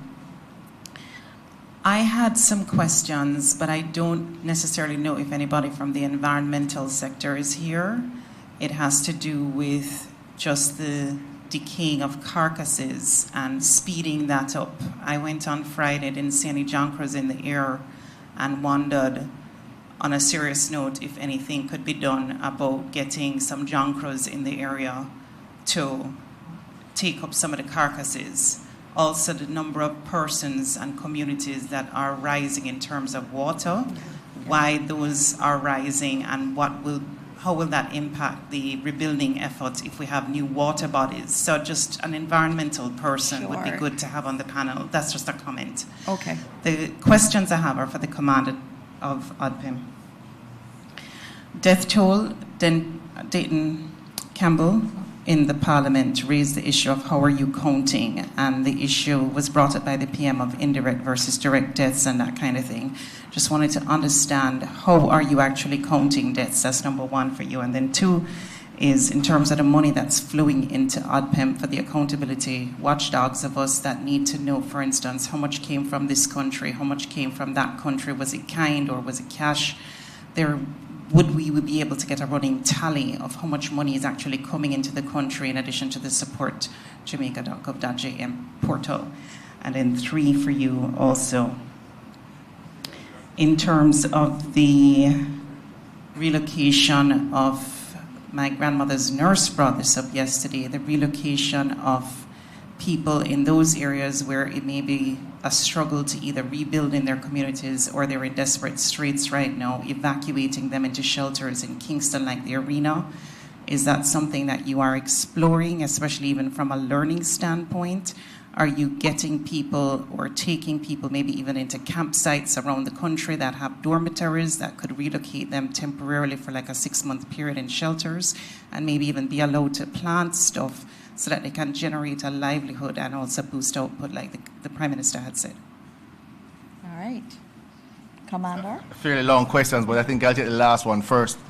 So as we get into the recovery phase, that is something we'll be robustly exploring.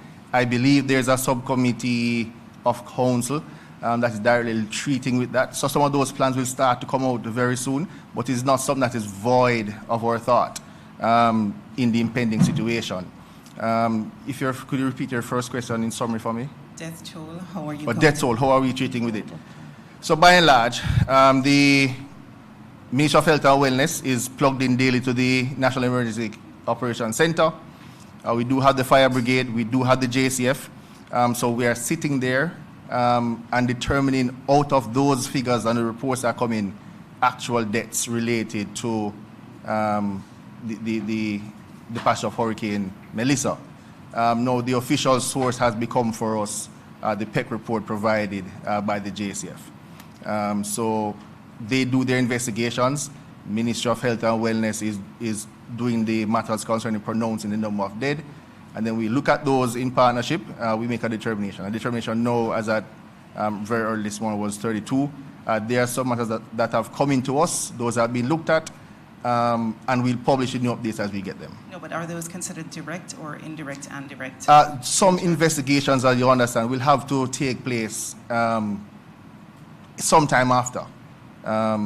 Some will be very hard to determine right now, but the investigations through the JCF, they will treat with those matters. And at the back end, I'm very, very sure we'll be able to disaggregate quite properly. Okay, and I'm not really getting a response to the question about how you're counting. So if there's any way you can get some clarity and come back to us with a firm, how are you counting in terms of direct and indirect? For instance, if somebody goes ahead to try to get aid in a hurricane and they die, are you counting them? I'm just wondering, how are you counting? It's really important, and if we could get a list of the people that have died for accountability purposes as well. On the matter list, I'll defer to my more senior experts, but I believe we might be keeping that directly here. But we'll come back with some matters as we work through the problems. Okay, and then the third question? I believe I answered that one on the first. The money coming in. Money, how are we going to the money. Oh, that was the second question. The running tally of the running tally from various. All right, so we are keeping a running tally. There's also another subcommittee that will be looking prescriptively at how we'll be managing that for the accountability portion of it. In terms of making the funds public, I'm sure that somewhere down the road, those figures will become public.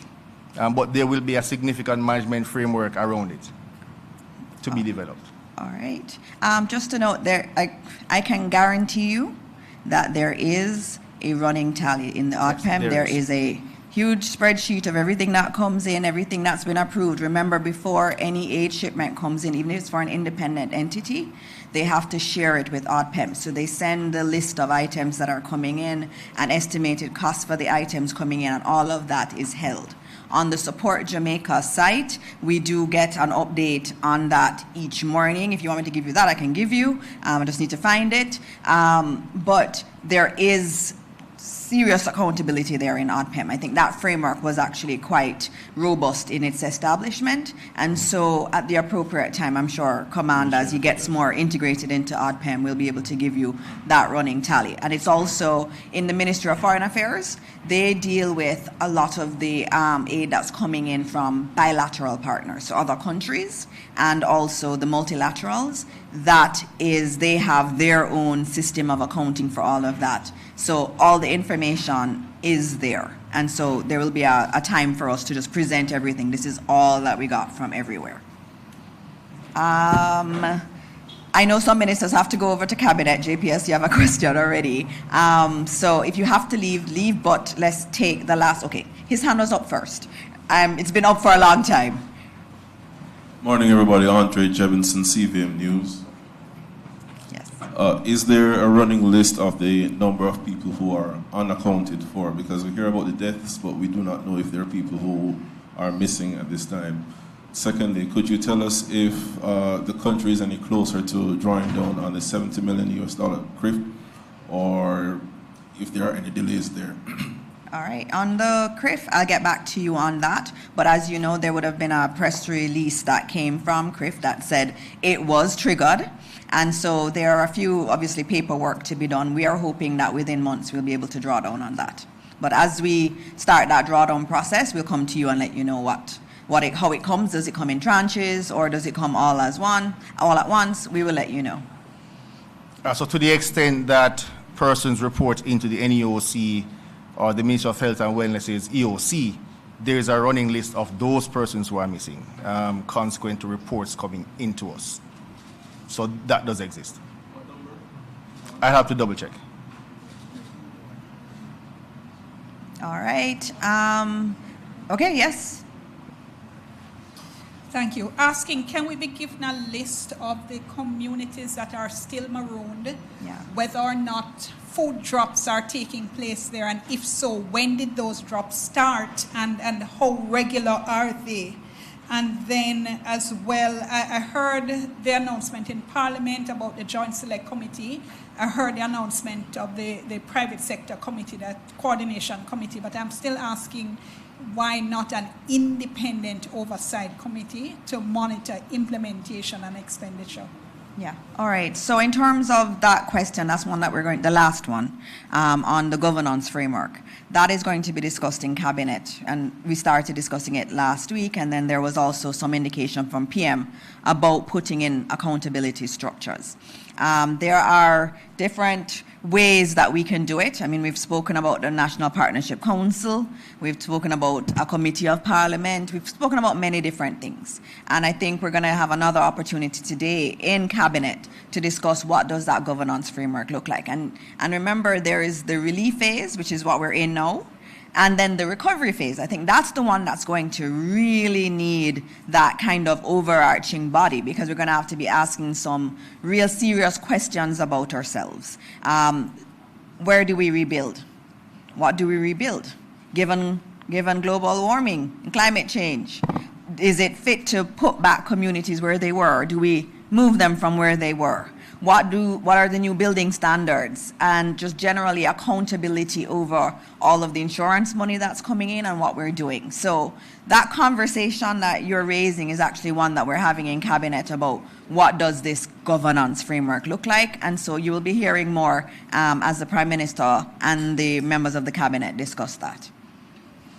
Marooned communities. Marooned communities. The list, I think Commander Gayle had noted that there is some fluidity to that, and that he has given assurance that he will put out that list of the communities and the drops and the food drops taking place, and if so, when did they start? How early did they start, and how regular are they?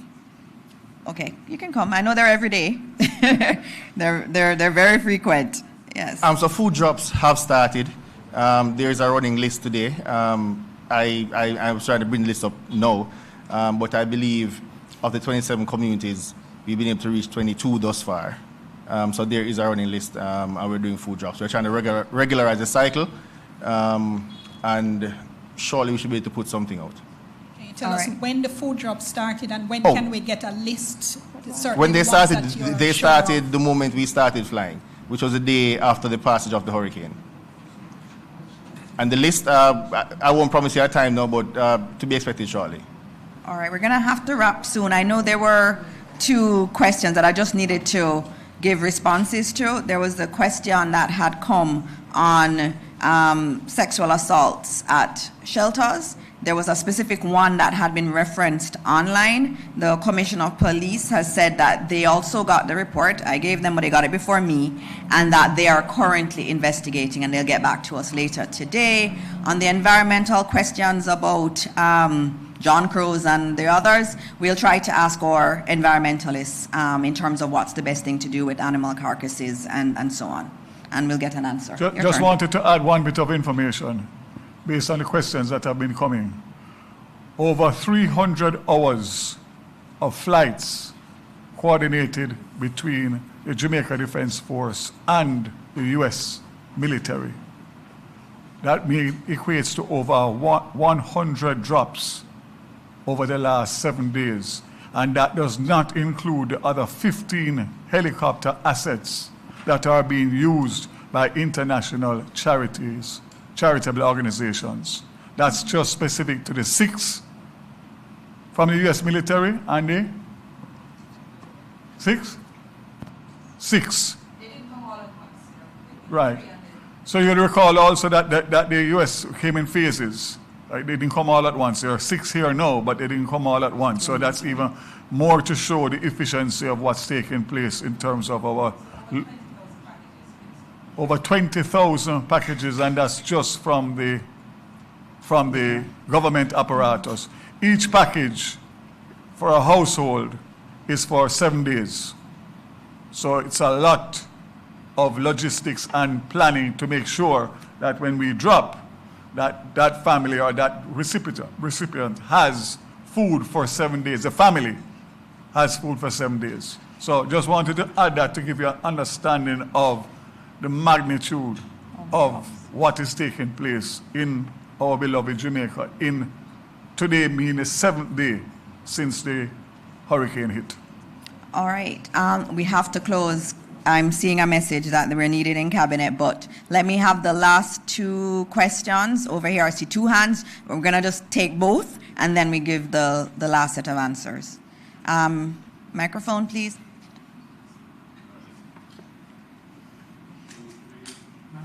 Trying to get the mic up. Testing. All right.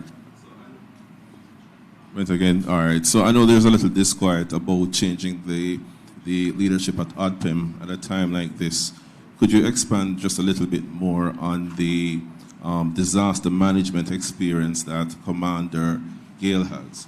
And can you specify what role Mr. Thompson will have during this period, given that he has been acting at the ODPEM for quite a while, and before that he was deputy?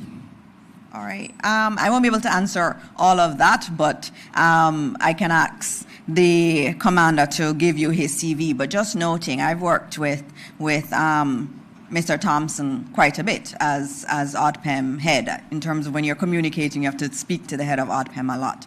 And he has worked hard for the country. And the Prime Minister has noted that last year there was an assessment done of ODPEM and the entire mechanism. It wasn't just ODPEM, of the entire disaster response mechanism. And a report was provided, Cabinet looked at it, and it was clear that we needed to look at ODPEM and look at executive experience. One of the things I know that the Ministry of Labour had done was to, not Labour, the Ministry of Local Government and Community Development had done was to start the process of rescoping the job description for the head of ODPEM, recognizing how important that role is, and also noting that the salary scale had to change, and PM did answer that question. And so what's happening now is that process is still in train, but it was felt that we needed to have greater synergies with the JDF, and having a commander who was already leading in the Emergency Operations Center. Remember, I told you, he was there in the center. He was one of the leaders in our Emergency Operations Center, was the best thing to have that synergy now. In terms of Mr. Thompson, he is still a part of the ODPEM team. I think he is probably a permanent member of staff. I would have to check that and get back to you, but I expect that he would still be there and still serving. There was another question, yes. And that's the last one because we have to wrap. Thank you so much. Going back to my point about schools, I don't think you answered the second part of the question.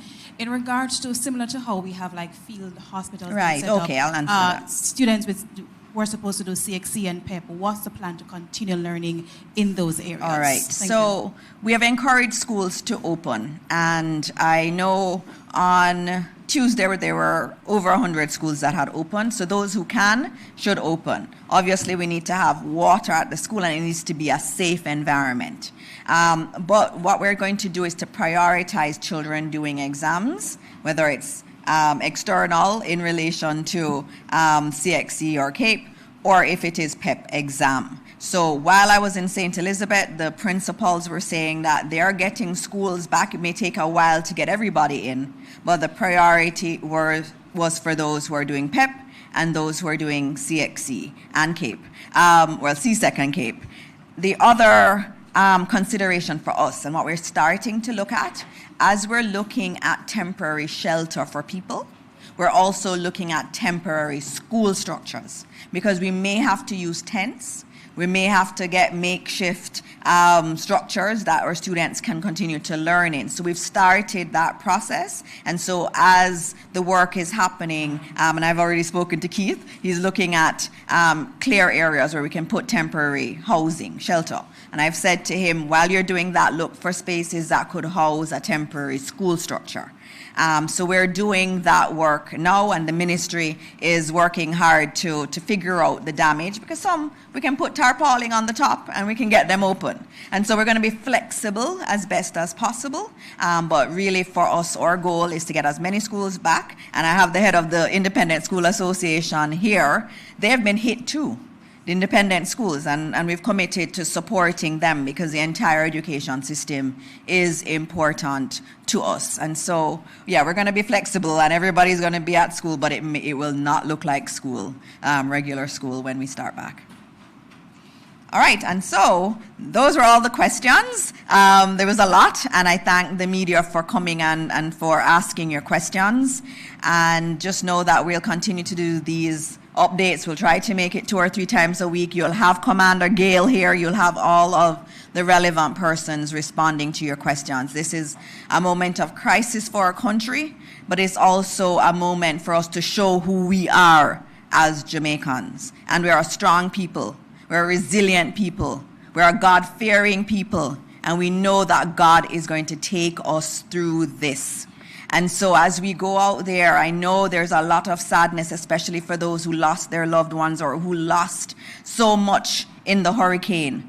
But let's help everyone. Let's be positive, and let's always remember to place all of our fears and troubles in the hands of God. He is never going to stop listening to us. And so as we close this morning, we again say, God bless every Jamaican and God bless this country that we love so much. Thank you.